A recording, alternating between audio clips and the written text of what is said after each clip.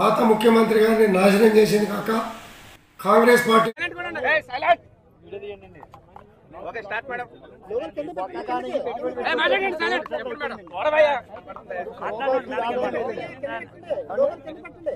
మళ్ళీ పంట వేసుకోవాలంటే మాకు దారి లేదండి.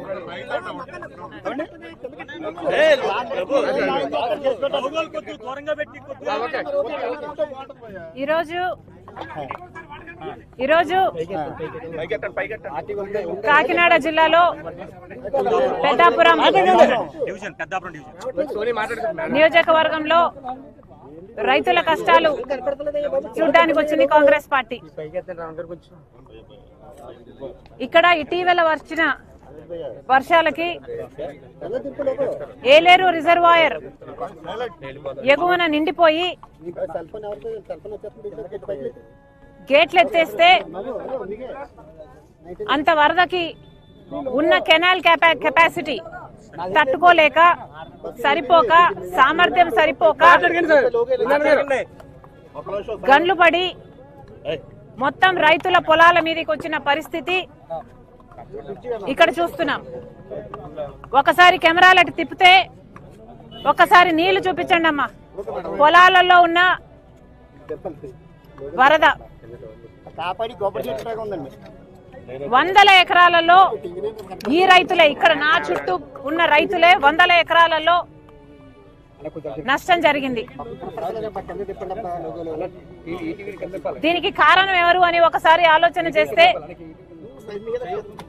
మొట్టమొదటిగా ఏలేరు కెనాల్ వర్క్స్ మోడర్నైజేషన్ ఆధునీకరణ జరగకపోవడం వల్ల ఈరోజు ఇంత విపత్తు, ఇంత ఘోర విపత్తు ఇక్కడ చూస్తున్నాం. ఇంతునిందమ్మా కాలువ, మొత్తం అంతా పుడుకుపోయింది, ఇంత అయింది అని రైతులు చెప్తున్నారు.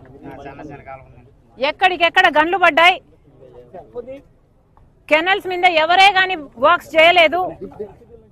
పుడికలు తీయడం అయితేనేమి, గన్లు నింపడం అయితేనేమి, మోడర్నైజేషన్ అయితేనేమి ఎవరూ ఏది చేయలేదు. కాబట్టే ఈరోజు ఇంత ఘోర విపత్తు అని ఇంతమంది రైతులు చెప్తున్నారు. ఒక్కొక్క రైతుకు ఎంత పెట్టుబడి అయింది అన్నా అని అడిగితే కనీసం 30,000 అయిందమ్మా ఎకరానికి అని చెప్తున్నారు. 30,000 ఖర్చు పెట్టాం, మేమంతా కౌలు రైతులమే. కనీసం ప్రభుత్వం ఇచ్చే రైతు భరోసా అయినా, ఇన్పుట్ సబ్సిడీ అయినా ఏవి మాకు అందలేదు.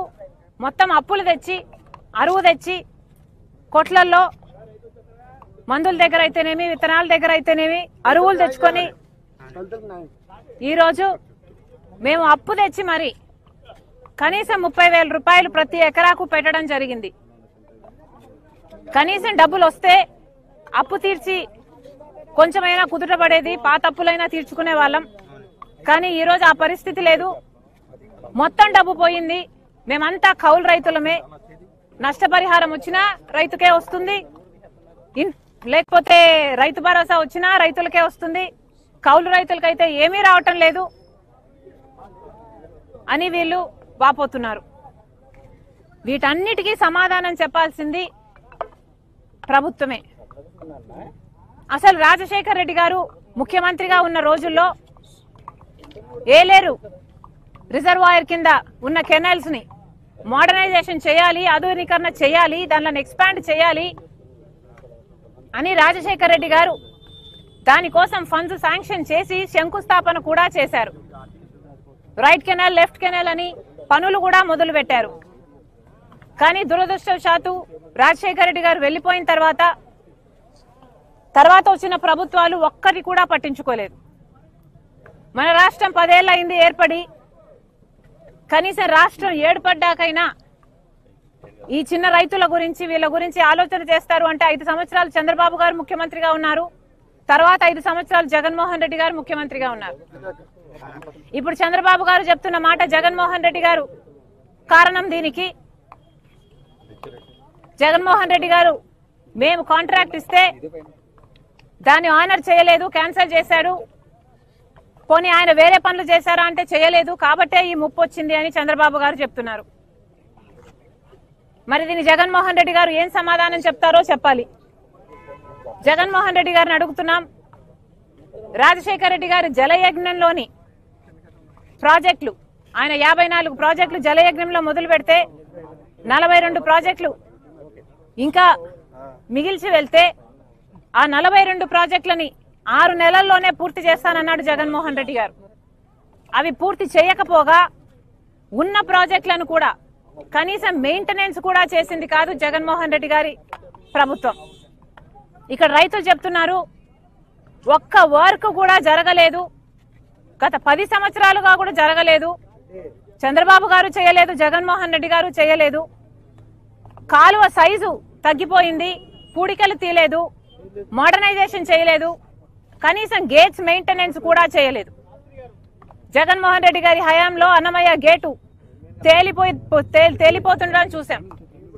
కనీసం ఇంట్లో ఏసీలకు లిఫ్ట్లకు కూడా మెయింటైన్ చేసుకుంటాం యాన్యువల్ మెయింటెనెన్స్ కింద. కనీసం ఆ మేరకు కూడా ఖర్చు పెట్టలేదు జగన్మోహన్ రెడ్డి గారి ప్రభుత్వం. ఇప్పుడు చంద్రబాబు గారు ముఖ్యమంత్రి అయ్యారు. బొడమేరు చూస్తున్నాం. చంద్రబాబు గారు జగన్మోహన్ రెడ్డి గారు ముఖ్యమంత్రులుగా 5 సంవత్సరాలు ఉన్నారు.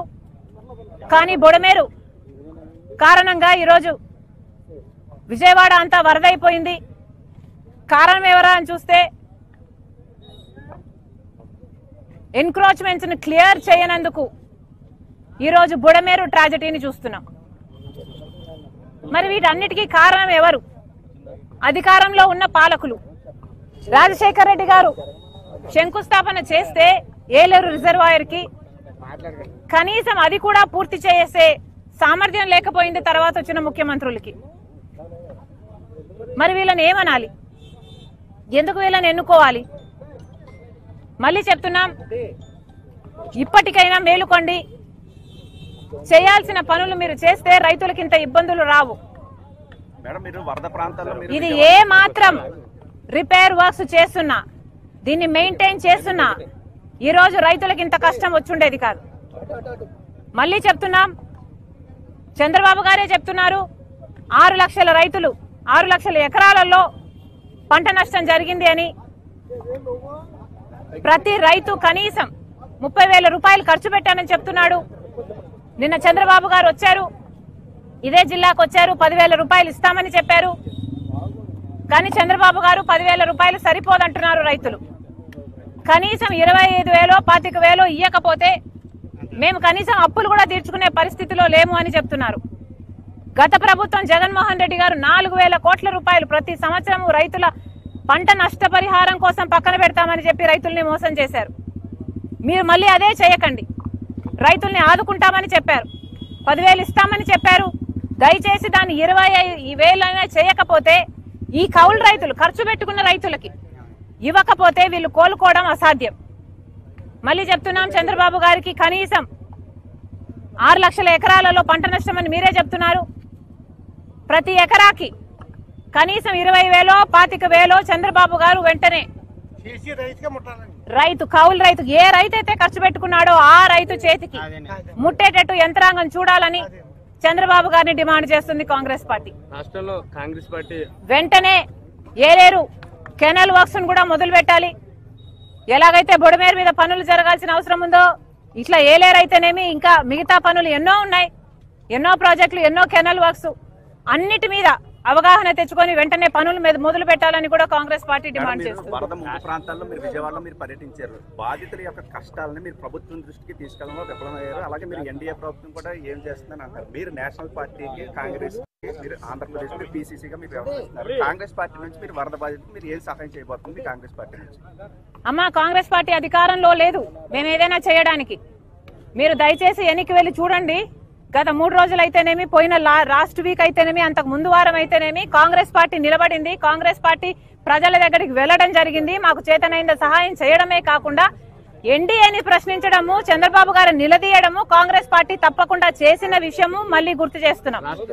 ఎన్డీఏ ప్రభుత్వాన్ని మరీ డిమాండ్ చేస్తున్నాం. ఇప్పటికే 2 సార్లు డిమాండ్ చేశాము. రైలు నీరు అనేది కనీసం విజయవాడ మంచినీళ్లు లేని పరిస్థితిలో ఇప్పుడు విజయవాడ ఉంది. రైలు నీరు విజయవాడ, విశాఖపట్నం ఇక్కడ తయారవుతున్నది. మంచినీళ్లు కూడా లేకపోతే కనీసం ఎన్డీఏ ప్రభుత్వం రైల్వే మినిస్టర్ కి మేము లేఖ రాశాం, డిమాండ్ చేశాం, రైలు నీరైనా సప్లై చేయండి అని. కనీసం మంచినీళ్ళైనా ఇచ్చిందా ఎన్డీఏ ప్రభుత్వం? ప్రత్యేక హోదా ఎలాగో ఇవ్వలేదు. మనకి ఇవ్వాల్సిన మేలులు ఎలాగో చేయలేదు. కనీసం మంచినీళ్లు కూడా ఇవ్వని దౌర్భాగ్యపు పార్టీ ఎన్డీఏ. మేడం రాష్ట్రంలో కాంగ్రెస్ పార్టీ అదే ఇప్పుడు మంచినీళ్ళు రాష్ట్రంలో